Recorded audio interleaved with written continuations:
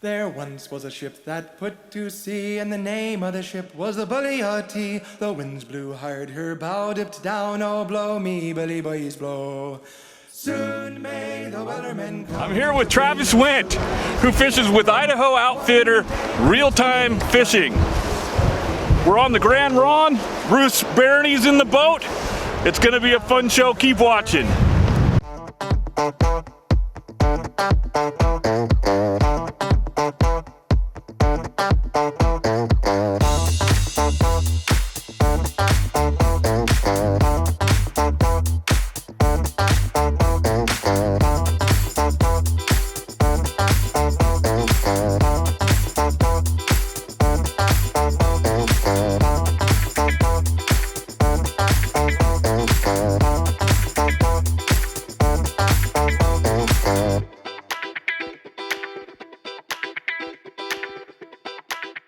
The captain called all hands and swore he'd take that whale in tow.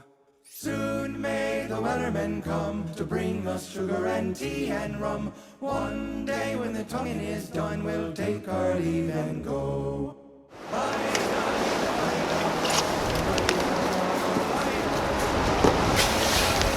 So what's the program, Travis? Okay, well, we're gonna drift the rod here. A couple different setups. We're gonna start out by drifting some side drifting gear, some eggs, beads, maybe some shrimp.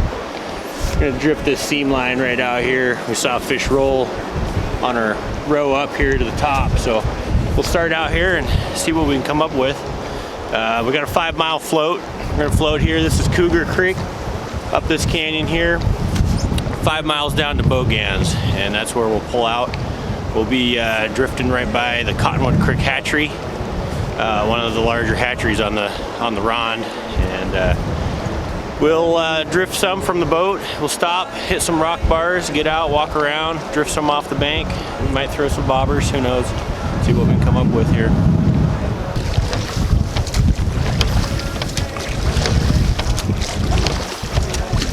Well, this time of year the water's fairly cold, especially this river. It can get pretty cold. The water's probably in, I'd say, the high 30s, maybe 40. And those fish, when that gets that cold, they push into that slower moving water where they don't have to exert so much energy. You know, those fish are pretty cold, and that slower water gives them a nice place to relax and hold. They're not going to be really in that fast water this time of year like they would be in the fall when the water's a lot warmer. So I'm trying to target the slower stuff, the insides of the seam lines, against the bank, a lot of deeper pools, stuff where the water is just kind of meandering through.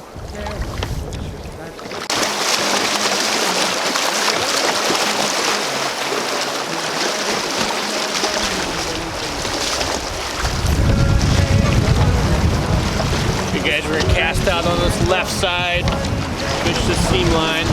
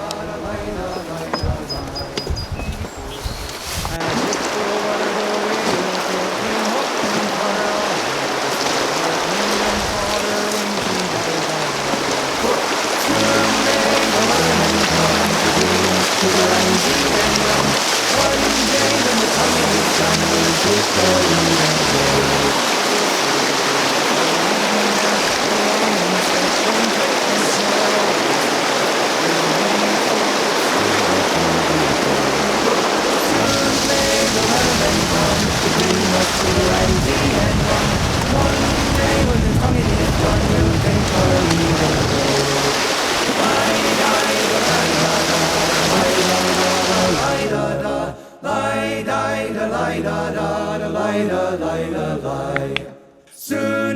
may the wellermen come to bring us sugar and tea and rum. One day when the tonguing is done, we'll take our leave and go. You lucky dog, Bruce. Might be a squawfish, we don't know yet.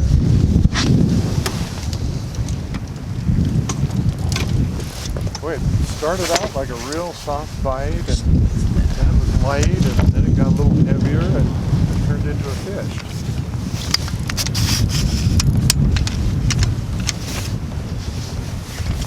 Yeah, pretty light bite, cold water, cold and deep. Slow They're not to react, and then Yeah, it they decided, boy, this doesn't feel so hot. Well, nice fish. That's a nice fish. Yeah, it's a nice one for. It feels like a nice fish. Yeah, it's fighting like a big one, staying deep. Kind of reminds me of when you hook into a king. So Bruce, we'll try to get, once he cooperates, we'll try to get all the way down to that lead and just gently walk him right to the net. Okay.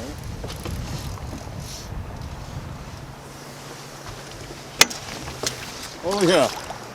Pretty Nice fish. Pretty. native female.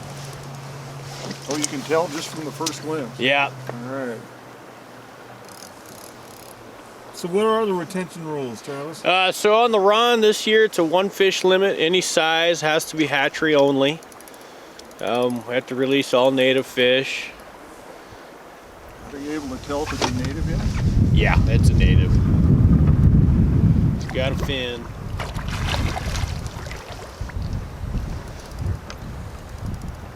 This is a wild steelhead. This is a wild steelhead. This is a real thing. This is, yep. Okay. This is naturally born and raised in the river. This is the Not holy a- grail of steelhead fishing. Yep. The real thing. That's pretty cool. I don't think I've ever caught a wild steelhead.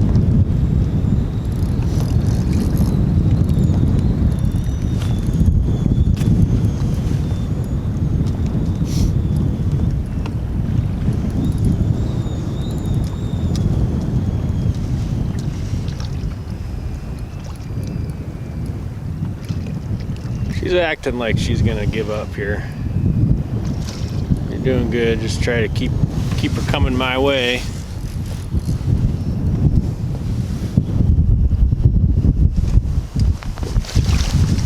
Just like that. All right. Okay. Right. Now, So in the state of Washington, they don't like us taking the natives out of the river, so we gotta leave it in the water. I'll unhook it. Get a picture or two. Yeah, I'll unhook it and we'll get some good pictures. We just can't take it up out of the water. Okay. I think this is really cool. This is the first. This is the first wild one I've ever caught. You know? And I don't even feel bad about turning it loose. This is catch and release at its best. So that one bit a pegged corky Yakima bait, hot pink, pegged up the line, size 10 corky, pegged up about 5 inches up off a single hook. Now is that I didn't even look. Is it a barbed? A barbless, all barbless hooks. Yep, Okay. barbless by law. All right. Bruce, you're the hot hand. You know, I had to throw it a few times until I could feel like I was hitting the bottom. Well, that wasn't more than 2 or 3 casts after your last fish. Yeah, it was Back to back. about 4 casts later. It took me 3 casts to figure out how to find the bottom. And then when I found the bottom, that was number 4. Yep, Bruce got the hot rod. He went back to back.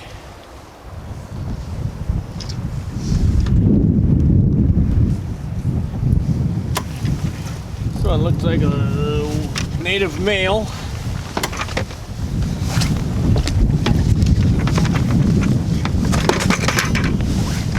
Pink bead on that one. Same setup as the last fish. Color of desire.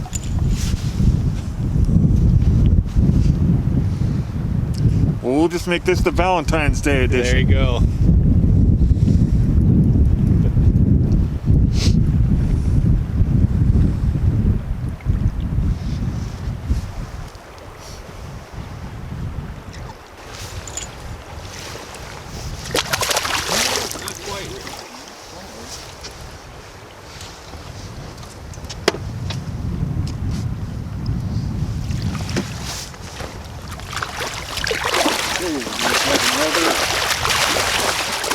Grande Ronde native. I'm going to the bead, Bruce. I think it might be a wise choice.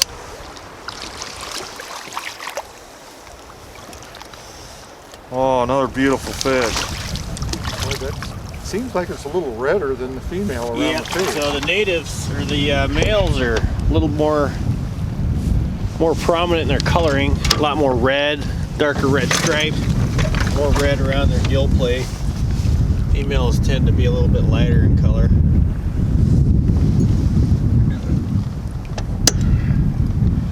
And now we're releasing them, right? Yep, we're gonna release it. One goes No back, retention, no retention for any native. So we're gonna get a picture of this guy and let him swim again.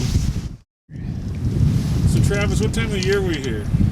Right now we're here, we're at the end of February. We're kind of right at the tail end of the run. Right now a lot of the fish, we're fishing the upper river. So a lot of these fish are up here getting ready to spawn. They'll be spawning here in the next month or two. And we've got kind of water levels coming up. It's getting a little milky. That's telling the fish that we're getting close to the spring. We're getting ready to spawn. So they're getting up here, establishing the reds, and we're just, there are hatcheries right here below us. So a lot of those fish are coming up here and stopping. You can start fishing in the end of September. I really start guiding up here in October. I'll guide mostly the lower river early on in the season. That's Shoemaker down to the mouth. And then I just basically just follow the fish up the river. There's 3 sections I guide primarily. It's the lower section, then the middle section, and then this I consider the upper section. And I basically just follow the fish where the highest concentration of the fish are. And this time of year, I'll be up here.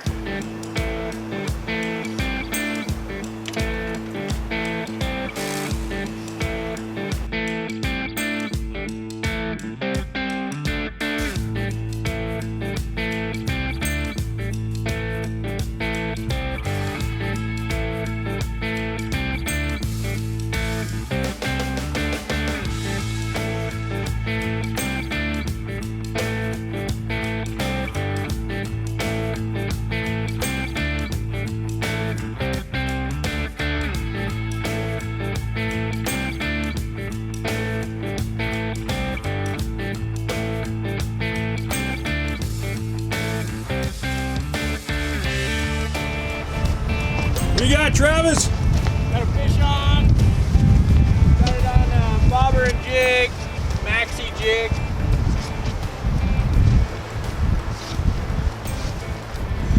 You didn't even get out of the boat. No, I was being lazy. Stayed in the boat. You need help with the net? Yeah, I might have one of you guys run the net here. Hey Bruce, can you net this fish?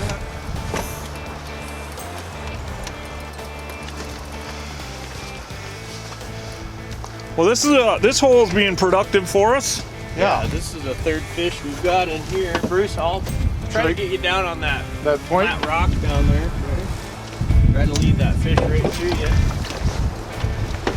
Now that net handle will extend if you want to make it longer.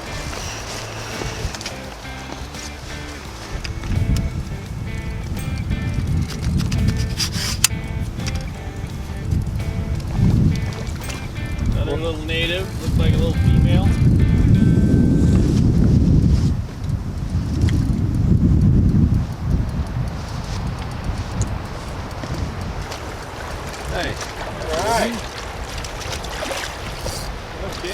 So this is, I caught this on a maxi jig by Yakima Bait. This coloring is, it's called a Nightmare. It has a black body, a pearl head, and two red beads on the collar. It's a killer color. It's my #1 producing color on bobber and jig. And got the hooks out of it. So that's what the jig looks like, just a small, real small, and the water is just, I mean, it doesn't have much body to it at all, but it's a really productive jig. It's called the maxi jig. Pretty fish. Boy, it's like they just came out of salt water. Yeah, they're in really good shape. Super clean. We'll let her swim off. There she goes. Right on. Well, good deal. 3 fish in about a half hour. That's pretty good.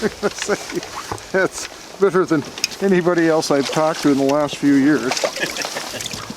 Keep watching. We got more Grande Ronde Steelhead with Travis Wendt and Bruce Barony right after this.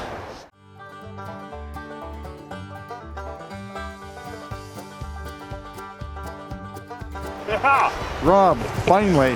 Let's see if we land this. Is this wild? Is it native? Or is it going to be a keeper? I don't know. It's a good fish. It's on the beat again. Okay. Same hole we're hitting, Trevor. Yeah. It's giving me a good fight here. Boy, this has been a real productive hole here. Yeah, for sure. Yeah, this is number 4 hooked up here.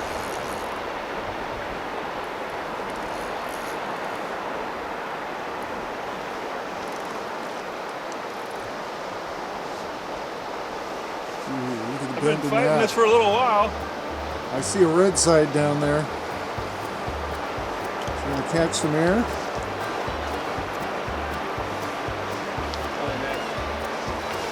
Nice Grande Ronde fish. Yeah, what a beautiful setting, man. It was snowing when we got here, but it's sunny and Snow, warm. sun, wind.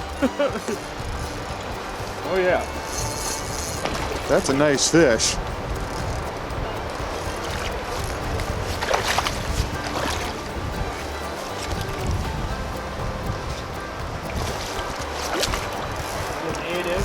Topwater action.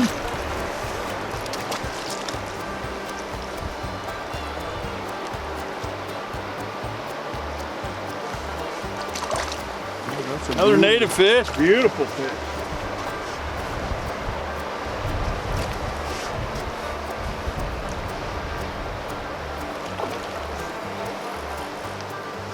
He's not ready.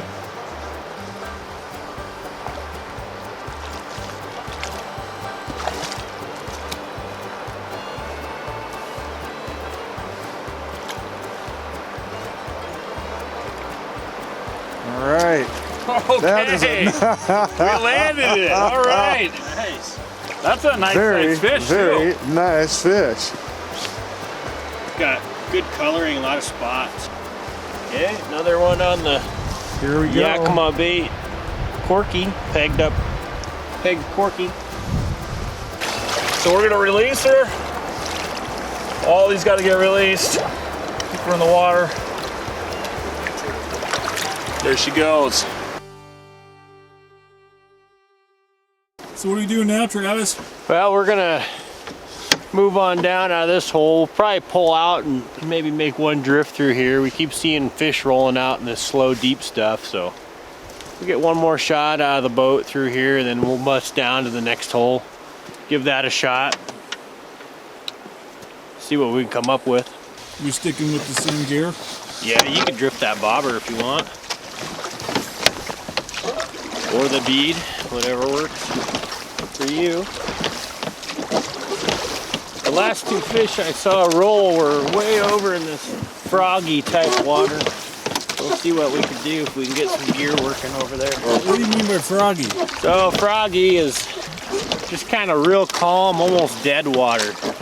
Not much current in there, real flat, a little deeper.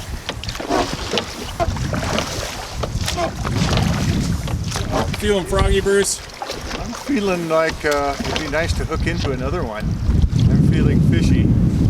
Okay, what we're gonna do, we're gonna cast out on the right side, and we're just gonna drag them down through this deep, slow, froggy water. I'll let the wind kind of just blow the boat down through here. Just cast right up on the edge of that seam line up there, and we'll just drag them right through here. See what we get.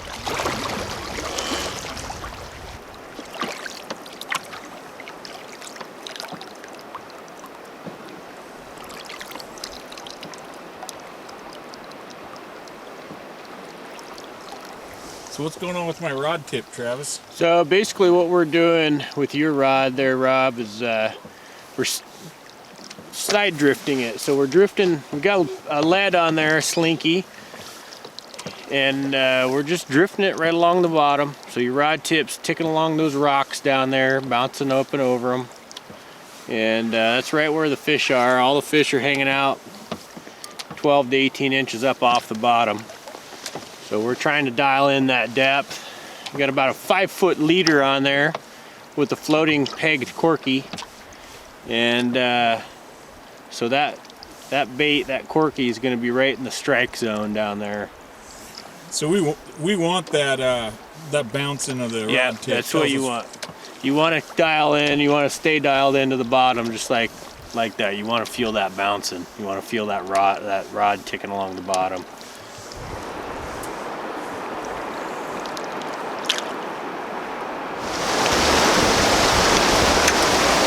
Lose it all. You got the weight.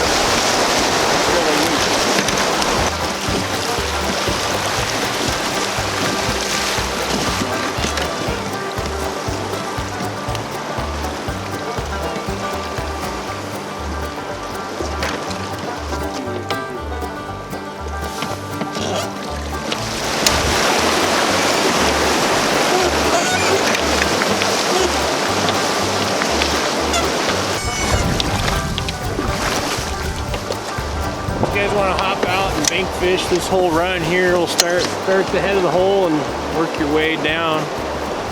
This is the Cottonwood Creek hatchery here. We'll pound on this water for quite a while. Probably spend an hour or so in here.